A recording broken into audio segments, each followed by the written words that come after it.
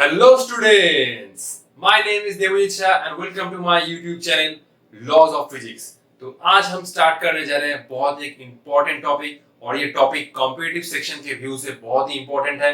ये topic JEE mains, NEET और JEE advance के लिए बहुत ही इम्पोर्टेंट है। तो आज हम लोग डिस्कस करने जा रहे हैं इलेक्ट्रिक डाइपोल का ऑसिलेशन और ऑसिलेशन के केस में टाइम पीरियड हम लोग कैसे निकालते हैं और वो टाइम पीरियड कौन कौन से पैरामीटर के ऊपर डिपेंड करता है और हम लोग कुछ best of best problem discuss करेंगे इस टॉपिक के ऊपर में। तो आज का वीडियो बहुत ही इंपॉर्टेंट और इंटरेस्टिंग होने वाला है।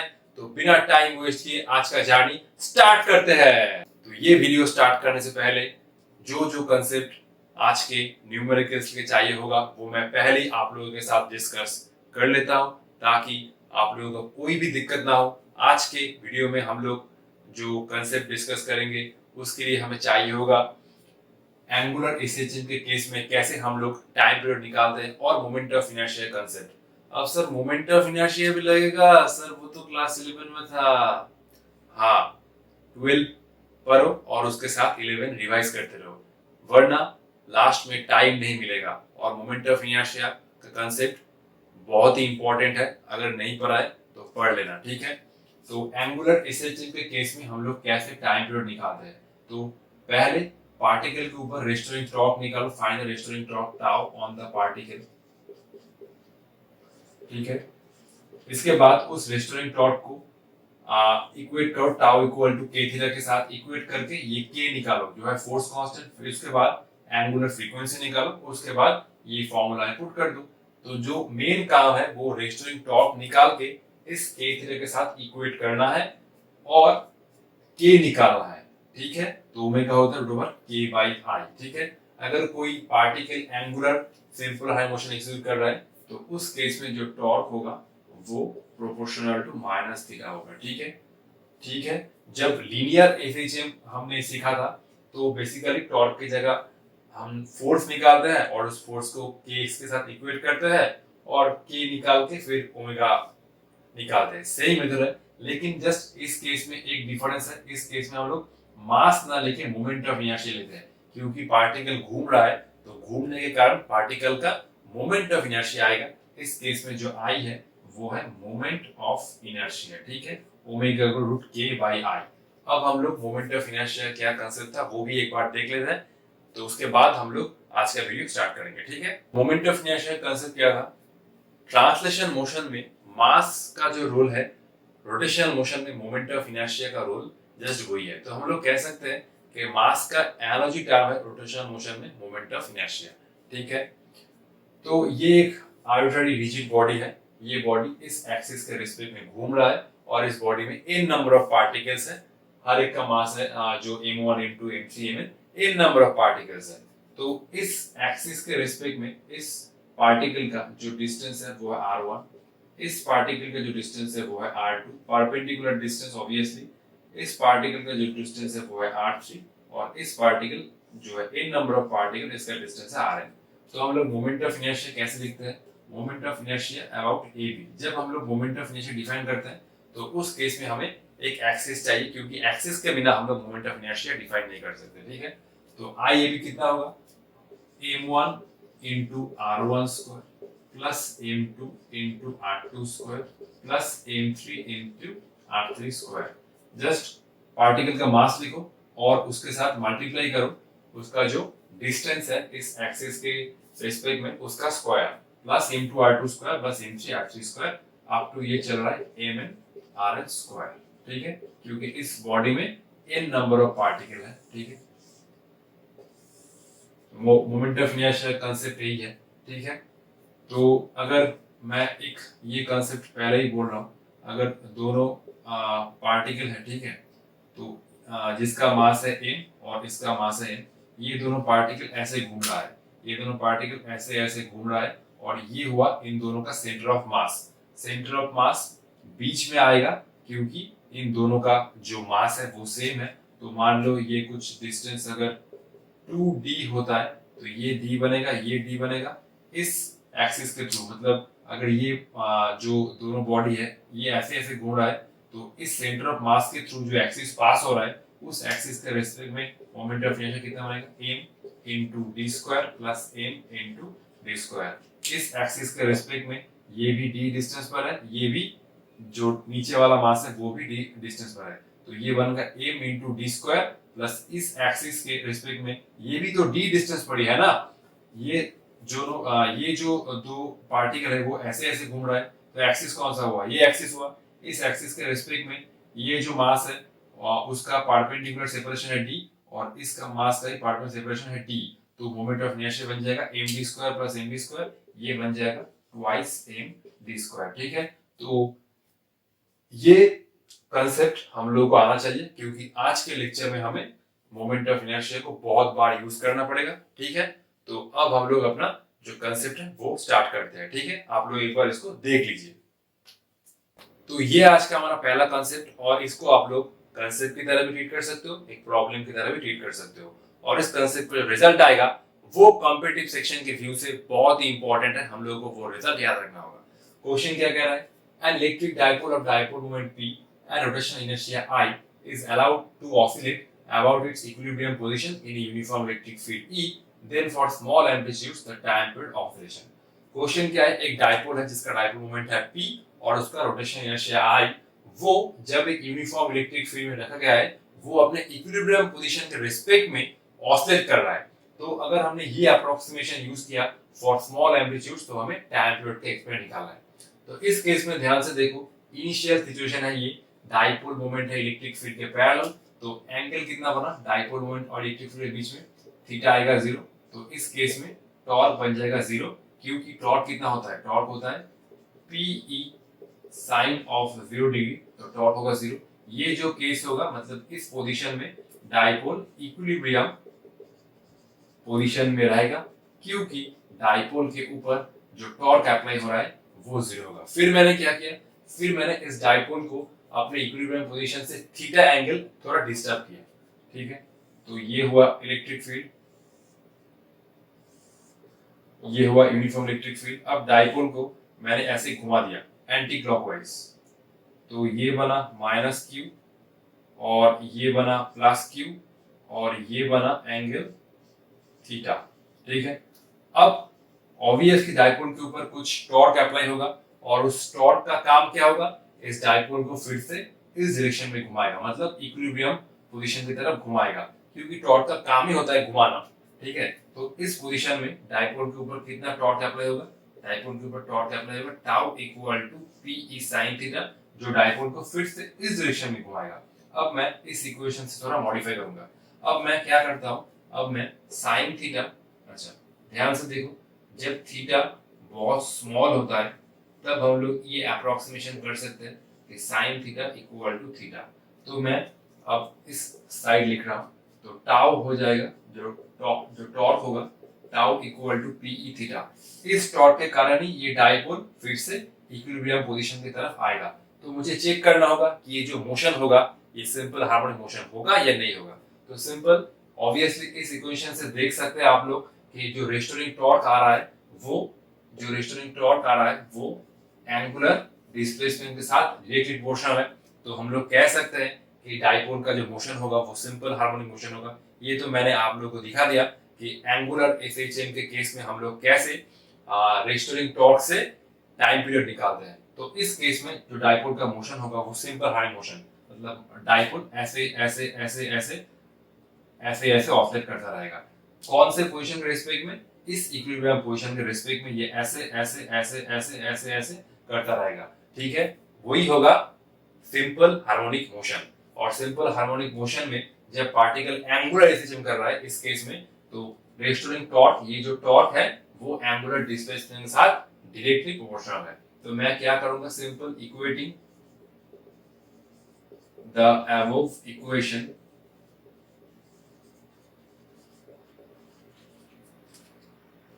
tau equal to k theta. Here k is force constant, okay? K is not 1 by 4 pi epsilon naught, ठीक है? तो इस केस में जो k आ रहा है फोर्स कांस्टेंट, वो कितना आ रहा है, dipole moment into electric field. ठीक है, अब हम लोग एंगुलर फ्रीक्वेंसी कैसे निकालते हैं, एंगुलर फ्रीक्वेंसी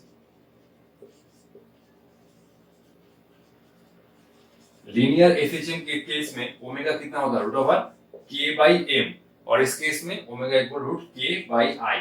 आई क्या है, इस डाइपोल का मोमेंट ऑफ इनर्शिया है, तो ओमेगा कितना बना, ओमेगा बना रूट के कितना है, के है P E E by I, ठीक है। और सो टाइम रूट कितना बनेगा, T equal to 2 pi by omega, so T equal to 2 pi 1 by omega कितना बना, ये बना I by P into E, ठीक है। तो ये हुआ इस केस में डाइपोल का टाइम पीरियड, और इस एक्सप्रेशन के ऊपर हम लोग कुछ बेहतरीन न्यूमेरिकल डिस्कस करेंगे, ठीक है। तो ध्यान से देखो, ये डाइपोल का जो सिंपल हार्मोनिक मोशन हो रहा है एंगुलर एफिशिएंट, वो तभी पॉसिबल है जब हम लोग ये अप्रोक्सीमेशन कर रहे हैं स्मॉल एम्पलीट्यूड साइन थीटा, अगर थीटा बहुत छोटा है तो तभी हम लोग sine theta equal to theta लिख सकते हैं, और तभी जो रेस्टोरिंग टॉर्क बनेगा वो एंगुलर डिस्प्लेसमेंट का डायरेक्टली प्रोपोर्शनल होगा। अगर ये स्मॉल डिस्प्लेसमेंट का अप्रोक्सीमेशन हम लोग नहीं यूज करते तो जो सिंपल हार्मोनिक मोशन है वो नहीं होगा, ठीक है। तो सिंपल हार्मोनिक मोशन के केस में रेस्टोरिंग टॉर्क आता है एंगुलर डिस्टेंस के साथ डायरेक्टली प्रोपोर्शनल होता है, ठीक है। तो आप लोग एक बार देख लीजिए और ये फॉर्मूला याद रख लीजिए, ठीक है, रिमेंबर। अब हम लोग इस थ्योरी के ऊपर कुछ अच्छा सा न्यूमेरिकल करेंगे, ठीक है।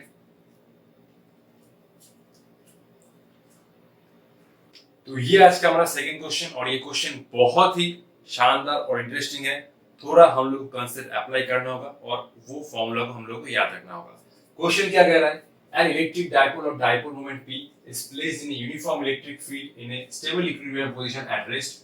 पहला डाइपोल अपने इक्विलिब्रियम पोजीशन पर रेस्ट पे है। Now it is rotated bye a small angle and released। अब उसको थोड़ा एंगल घुमा के फिर से छोड़ दिया गया है। The time after which it comes to the equilibrium position again is t। जब डाइपोल अपने इक्विलिब्रियम पोजीशन पर पहला बार आ रहा है तो वह small t, the moment of inertia of the dipole about the rotation is x into t square p by pi square। तो हमें ये x निकालना है। तो क्वेश्चन क्या बोल रहा है, ध्यान से सुनो। ये है एक यूनिफॉर्म इलेक्ट्रिक फील्ड, डाइपोल को थीटा एंगल घुमा के छोड़ दिया गया है, तो ये है माइनस क्यू, ये है प्लस क्यू, और डाइपोल को थीटा एंगल घुमा के छोड़ दिया गया है। इस थीटा एंगल में से जब डाइपोल ये इक्विलिब्रियम पोजीशन पर जब पहला बार आ रहा है तो वो है स्मॉल टी, ठीक है। ये क्वेश्चन में गिवन है। अब हमारा फॉर्मूला क्या था, t इक्वल टू जो टाइम पीरियड है 2 pi root over i by p into V. अब ये कैपिटल T क्या है, ध्यान से सुनो। डाइपोल थीटा एंगल से इस पोजीशन से पहले इक्विलिब्रियम पोजीशन पर आया, फिर ऑपोजिट डायरेक्शन में भी थीटा एंगल घूमेगा, ठीक है, ठीक है। तो थीटा एंगल घुमा, फिर इस पोजीशन से फिर इक्विलिब्रियम पोजीशन पर गया, फिर से इस थीटा पोजीशन पर आया, तो इस पोजीशन से इस पोजीशन पर गया, फिर से इस पोजीशन पर आया। तो ये पूरा कंप्लीट ऑसिलेशन का टाइम है कैपिटल टी, ठीक है। ये है कैपिटल टी, और स्मॉल टी क्या है, इस पोजीशन से जब ये पहली बार अपने इक्विलिब्रियम पोजीशन पर आया। अब स्मॉल टी और कैपिटल टी के बीच में क्या रिलेशन है, थोड़ा दिमाग लगाओ। देखो, पार्टिकल पहले इस पोजीशन से मतलब थीटा एंगल से इक्विलिब्रियम पोजीशन पर आया तो टाइम लगा स्मॉल टी, फिर इक्विलिब्रियम पोजीशन से ऑपोजिट डायरेक्शन में थीटा एंगल घुमा, कितना लगा टाइम, टोटल 2t, ठीक है। फिर इस पोजीशन से फिर इक्विलिब्रियम पोजीशन पर आया, कितना टाइम लगा 3t, फिर से इस पोजीशन पर आया, तो टोटल टाइम हुआ 4t, ठीक है। तो कैपिटल T को हम लोग लिख सकते हैं जो है 4t। इस पोजीशन से इस पोजीशन t, फिर t 2t, फिर 3t, फिर 4t, ठीक है। तो मैं पहले इसको स्क्वायर करता हूँ, t square equal to 4 pi square into i by PE. अब t स्क्वायर मैं इसको अगर स्क्वायर करता हूँ तो ये t हुआ 4t, तो t square how much 16 into T square, तो ये बना 16 into small t square 4 pi square divide by 1 by p, और i कितना है x into T square PE by pi square. Pi square cancel, P cancel, E cancel, ये T square cancel, जो बचा ये हुआ 16 इंटू 4 16 into 4 जस्ट ये बचा x, ठीक है। तो 4 से ये गया 4, तो x आ रहा है हमारे केस में 4, ठीक है। तो x हुआ हमारे केस में 4। अब हम लोग एक जेई मेंस का क्वेश्चन करेंगे जो कंसेप्ट में हमें जो मोमेंट ऑफ इनर्शिया का फॉर्मूला रहेगा, ठीक है। आप लोग एक बार ये प्रॉब्लम को देख लीजिए। तो ये आज का थर्ड क्वेश्चन, और इस क्वेश्चन में हमें मोमेंट ऑफ इनर्शिया का कंसेप्ट भी आना चाहिए, तभी हम लोग इस प्रॉब्लम को सॉल्व कर सकते हैं। मोमेंट ऑफ इनर्शिया का जो कंसेप्ट है वो मैंने ऑलरेडी आप लोगों को वीडियो के पहले में बता दिया है, ठीक है, ताकि आप लोगों को कोई भी प्रॉब्लम समझ में दिक्कत ना हो। तो क्वेश्चन क्या है, an electric dipole is formed by two equal object charges q with separation d। इस लाइन तो क्लियर है। The charges have same mass m। इस केस में जो हर एक चार्ज है उसका मास है small m। It is kept in uniform electric field E if it is slightly rotated from its equilibrium orientation then its angular frequency. इस case में हमें I का एक्सप्रेशन नहीं है, m का एक्सप्रेशन है। तो हमारे केस में टाइम क्या था, जो टाइम था t equal to 2 pi root over I by p into e, ठीक है। तो ओमेगा कितना था, ओमेगा था अच्छा t equal to t by, अच्छा ओमेगा कितना था, ओमेगा था 2 पाई बाई कैपिटल T। तो अगर मैं 2 पाई तो 2t को इधर ले आता तो ये बन जाएगा कुछ, इस टर्म में से मैं क्या करता हूँ, इस टर्म में से मैं ये पूरा टर्म को इधर ले रहा हूँ, तो ये बन जाएगा PE by I and that is equal to 2 pi by T। तो 2 पाई बाई T कितना आया, ये हुआ PE बाई I, ठीक है। तो ये पूरा टर्म को PE बाई I को मैं इधर ले आया और 2 पाई बाई T को इधर लाया, तो ये बन गए एंगुलर वेलोसिटी। अब ध्यान से देखो, इस कोई भी चारों ऑप्शन में से मोमेंट ऑफ इनर्शिया नहीं है, मास का एक्सप्रेशन गिवन है। तो ये हुआ, मान लो कि यूनिफॉर्म इलेक्ट्रिक फील्ड था, ठीक है। अब डाइपोल को मैं जब घुमाया थीटा एंगल में, ठीक है, तो ये हुआ कुछ माइनस क्यू और ये हुआ प्लस क्यू, ठीक है।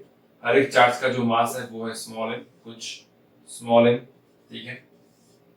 अब सेपरेशन कितना बोला है, सेपरेशन बोला है d, तो ये डिस्टेंस पूरा d। तो इस पोजीशन के रेस्पेक्ट मतलब ये है इन दोनों चार्ज का सेंटर ऑफ मास, ऑब्वियसली क्योंकि हर एक चार्ज का जो मास है तो सेम ही है। अगर दो चार्ज का मास सेम होता है तो उस केस में सेंटर ऑफ मास एकदम मिड पॉइंट पे आएगा।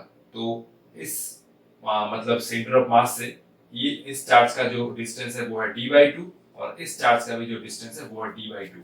तो हम लोग मोमेंट ऑफ इनर्शिया लिख सकते हैं इस पॉइंट के रिस्पेक्ट में जो होगा इन दोनों चार्ज का सेंटर ऑफ मास कितना है, m इंटू d/2 का whole square plus m into d/2 का होल स्क्वायर। क्यों हम इन दोनों चार्ज के सेंटर ऑफ मास के रेस्पेक्ट में मोमेंट में ले रहे हैं, क्योंकि ये दोनों चार्ज अपने सेंटर ऑफ मास के थ्रू जो एक्सिस पास हो रहा है उस एक्सिस के रेस्पेक्ट में भी घूम रहा है, और मास तो सेम है इसलिए सेंटर ऑफ मास एकदम बीच में आएगा। तो ये मैंने मोमेंट ऑफ इनर्शिया जो लिखा इन दोनों के जो सेंटर ऑफ मास के जो एक्सिस पास हो रहा है सेंटर ऑफ मास के थ्रू उस एक्सिस के रेस्पेक्ट में मैंने लिखा, ठीक है। तो ये हुआ m इंटू d/2 का होल स्क्वायर और ये हुआ m इंटू d/2 का होल स्क्वायर। तो मैं इसे ऐसे लिख सकता हूँ 2m इंटू d/2 का होल स्क्वायर, ये हुआ ट्वाइस m इंटू d²/4, ये हुआ m d²/2, ठीक है। तो ये हुआ कुछ p। अच्छा इस केस में हमें p को भी लिखना होगा, p कितना होगा q इंटू d, सेपरेशन है टोटल d, ठीक है। तो p बना कितना, p बना q d e और I क्या है m d²/2, m d², ध्यान से देखो m d²/2। तो क्या होगा, ये d से d गया 2 ऊपर चला गया, ट्वाइस QE बाई ये हुआ m into d, twice QE by md। तो कौन सा ऑप्शन होगा, option A is right. Just ये मोमेंट ऑफ इनर्शिया का कांसेप्ट हमें आना चाहिए। इस केस में डाइपोल के सेंटर ऑफ मास के थ्रू जो एक्सिस पास हो रहा है उस एक्सिस के रेस्पेक्ट में हमने मोमेंट ऑफ इनर्शिया लिया है, ठीक है। आप लोग एक बार देख लीजिए।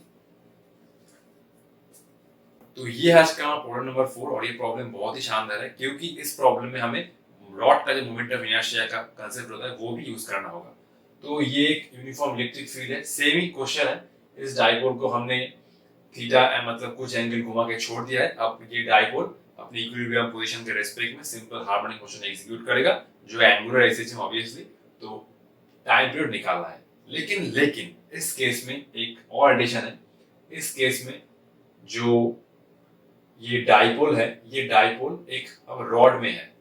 तो हम लोग जो पहले वाला केस करे सब लोग, उस केस में ये कोई रॉड नहीं था और रॉड का मास भी नहीं गिवन था। अब ये एक रॉड बन गया, रॉड के दोनों एंड में चार्ज है, एक एंड में चार्ज है प्लस क्यू और दूसरे एंड में माइनस क्यू। इन दोनों चार्ज का मास है स्मॉल एम और इस रॉड का जो लेंथ है वो है 2L। अब ये एक रॉड है, रॉड के एंड में दो चार्ज है, ठीक है। अब ये बन गया एक रॉड, रॉड का मास है कैपिटल एम और चार्ज का अलग मास है स्मॉल एम और जो रॉड का लेंथ है वो है 2L और ये लेंथ L है, ये लेंथ L है, ठीक है। अब हमें टाइम पीरियड कैसे निकालना होगा, तो फॉर्मूला क्या था, T equal to 2 pi I by P into E। अब मोमेंट ऑफ इनर्शिया क्या होगा, मोमेंट ऑफ इनर्शिया हम लोग इस एक्सिस के रिस्पेक्ट में निकालेंगे, इस एक्सिस के रिस्पेक्ट में। तो ये चार्ज के लिए कितना बनेगा m इनटू ये पूरा कितना है, अच्छा ये L है, ये L है, सेपरेशन है 2L और जो रॉड का लेंथ है वही सेपरेशन है। तो इस चार्ज के लिए मोमेंट ऑफ इनर्शिया कितना बनेगा, जस्ट इस मास के लिए इस एक्सिस के रिस्पेक्ट में m इनटू L स्क्वायर, इसके लिए भी सेम बनेगा m इनटू L स्क्वायर, ठीक है। और एक मोमेंट ऑफ इनर्शिया आएगा किसका, रॉड का। इस रॉड के सेंटर ऑफ मास के थ्रू जो एक्सिस पास हो रहा है उस एक्सिस के रिस्पेक्ट में हम लोग मोमेंट ऑफ इनर्शिया निकाल रहे हैं। तो ये बन जाएगा m इनटू 2L का होल स्क्वायर बाई 12, क्योंकि जो रॉड अगर ये L लेंथ का कुछ रॉड होता है, ठीक है, अगर ये एक्सिस इस रॉड के सेंटर ऑफ मास के थ्रू पास करता है तो इस एक्सिस के रिस्पेक्ट में मान लो ये एक्सिस है AB और अगर ये रॉड का अगर मास होता है कैपिटल M, तो इस AB एक्सिस के रिस्पेक्ट में जो इस रॉड का मोमेंट ऑफ इनर्शिया होगा वो कितना होगा mL स्क्वायर बाई 2L। लेकिन इस केस में मास तो m ही है और ये जो रॉड का लेंथ है वो है 2L, तो इसलिए मैं सिंपल L की जगह 2L लिखा। ये पूरा लेंथ इस केस में L है, लेकिन इस केस में जो लेंथ है वो है 2L और इस सेंटर ऑफ मास से इस चार्ज का डिस्टेंस है स्मॉल m, इस चार्ज का भी स्मॉल m, ठीक है। तो ये कितना बना, ये बना ट्वाइस mL स्क्वायर, ये बना m into 4L square by 12, ये गया 3, तो ये गया twice mL square plus mL square by 3, ठीक है। तो इस केस में हम लोग P इक्वल टू, अच्छा डाइपोल मोमेंट कितना होगा, डाइपोल मोमेंट होगा P equal to Q into 2L, Q into 2L, Q into 2L, तो 2 पाई I कितना हुआ twice mL square plus capital mL square by 3 divided by P into E, P कितना हुआ Q into simple 2L, ठीक है। तो अगर मैं इसको और अगर ले जाऊं तो T इक्वल टू 2 पाई, ठीक है, एलसीएम करो कितना आएगा 3 2 6, 6 mL square plus mL square, ये 3 नीचे आ गया तो 3 इंटू 2 6, 6QL, ठीक है। ठीक है, मैं एक बार चेक कर देता हूँ, twice mL square plus m into 4L square by 12, 4 से 12 गया 3, twice mL square plus mL square by 3, ठीक है। तो ये हुआ twice mL square plus capital mL square by 3, ये डायपोल में कितना बना Q इंटू 2L, ये मैंने एलसीएम किया 3 into 2 6 mL square plus capital M square, ये 3 से 3 आ गया नीचे 3Q2L जो बन गया 6QL। तो इस केस में जो टाइम पीरियड होगा वो ये होगा, ठीक है। तो रॉड का जो मोमेंट ऑफ इनर्शिया कंसेप्ट है वो क्लास 11 में था, शायद आप लोगों को पता होगा कि रॉड के अगर सेंटर ऑफ मास के थ्रू एक्सिस पास होता है तो रॉड का मोमेंट ऑफ इनर्शिया होता है m स्क्वायर बाई 12। तो ठीक है, आज के लिए इतना ही, तो मिलते हैं नेक्स्ट लेक्चर में, तब तक ऑल द बेस्ट।